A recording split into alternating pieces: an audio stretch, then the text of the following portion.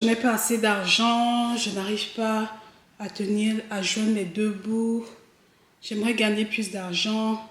Oui, on dit souvent des phrases comme celle-ci, où tu l'as déjà dit au moins une fois dans ta vie, et moi y compris. Mais en fait, il y a des habitudes qui te maintiennent dans un état de pauvreté ou de manque d'argent. Et dans cette vidéo, je vais te parler de quelques-unes de ces habitudes. Sans plus attendre, sans trop discuter, etc., commençons. La première chose que tu dois savoir, c'est exactement ce que tu gagnes et ce que tu dépenses. Et ça, c'est quelque chose qui a l'air anodin, mais que beaucoup de gens ne connaissent pas. Il faut que tu saches exactement combien tu gagnes. Il faut que tu saches exactement combien tu dépenses et quelle proportion des dépenses est allouée à quel type de dépenses. Tu connais certainement la règle des 50-30-20. Mettre 50% dans ce dont tu as absolument besoin. Mettre 30% dans les plaisirs, les dépenses qui ne sont pas très utiles.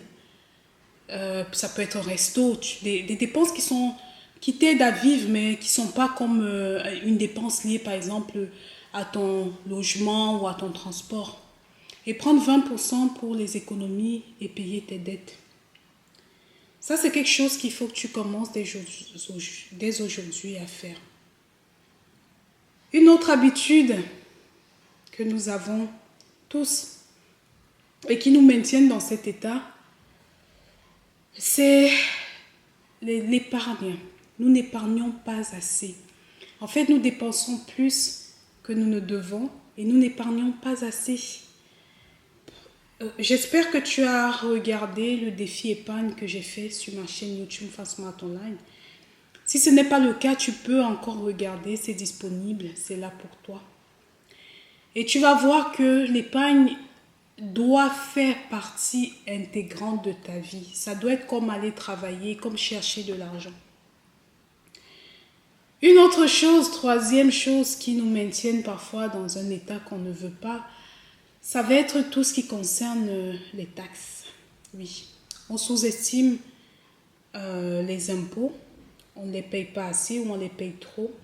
Il faut que tu comprennes le système fiscal dans lequel tu vis pour pouvoir mieux savoir comment payer, payer pourquoi et faire jouer les impôts à ton avantage.